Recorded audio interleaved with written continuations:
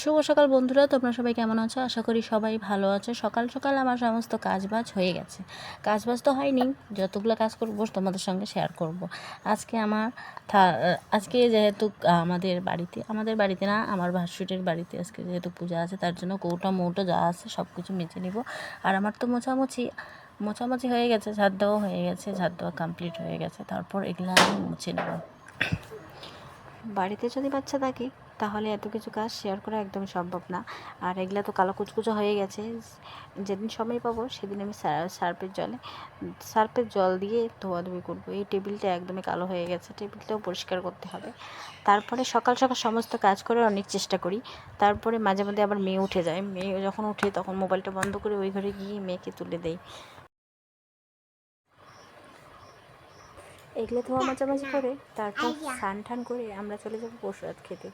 পাশের বাড়িতে পুজো রয়েছে, পুজো হয়ে গেছে কালকে, আজকে প্রসাদ খেতে চলে যাবো। একটু পরে স্নান টান করে রেডি হয়ে চলে যাব। তারপরে গ্যাসটা আমার যা নোংরা হয়েছে, গ্যাসে যেহেতু রান্না করি না, পরিষ্কার করতে একদম ভুলে যাই। আর কিনারগুলো নোংরা হয়ে গেছে, কলের পাড়ে নিয়ে স্টিলের সোপা দিয়ে ঘষে পরিষ্কার করতে হবে।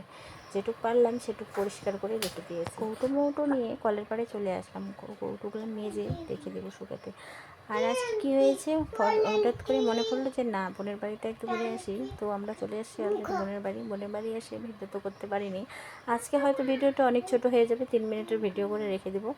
তারপর এগুলো কৌটোকুটি সব কিছু মাজা হয়ে গেলে আস্তে আস্তে চেষ্টা করবো রেডি হতে। আর মেয়েকে ধরে তো কিছুই একদমই সম্ভব নয়। ভাসুর তো আমাদের নিজের হয়, তো ওরা তো আমাদেরকে পুজোর কথা বলেনি।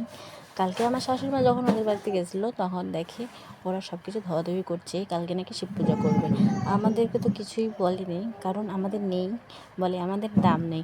গরিব হলে যা হয়, আর গরিব মানুষকে বড়লোক মানুষ কখনো দাম দেয়? যার আছে তার তো আছে, আমাদের তো নেই, আমাদের পাশের দামও নেই। তারপর বালতিতে সব কৌটা একে একে সব কৌটা ঢুকায় রাখছি।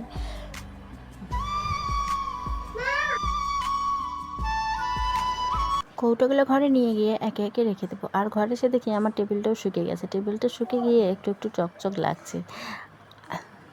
তারপর এগুলো একটু দিয়ে দিই, সব কিছু মেজে রেখে দিই, কারণ বুনুদের বাড়িতে আজকে যাব, তো তার জন্য সব কিছু মুছে নিয়ে রেখে দিই, নাহলে নোংরা হয়ে যাবে। এই যে মেয়ের কয়েকটা জামা ছিল, আর একটা ছিল বিছনা চাদর, আর একটা ছিল লুঙ্গি। আমার বর্মশাইয়ের লুঙ্গি ছিল। তোমাদের সামনে একটা বিশেষ কথা তুলে ধরবো, বিশেষ কথা না, সেটা হলো অনেক বিশেষ কথা, আমার মেয়ের কথা তোমাদের সামনে আমি অবশ্যই বলবো।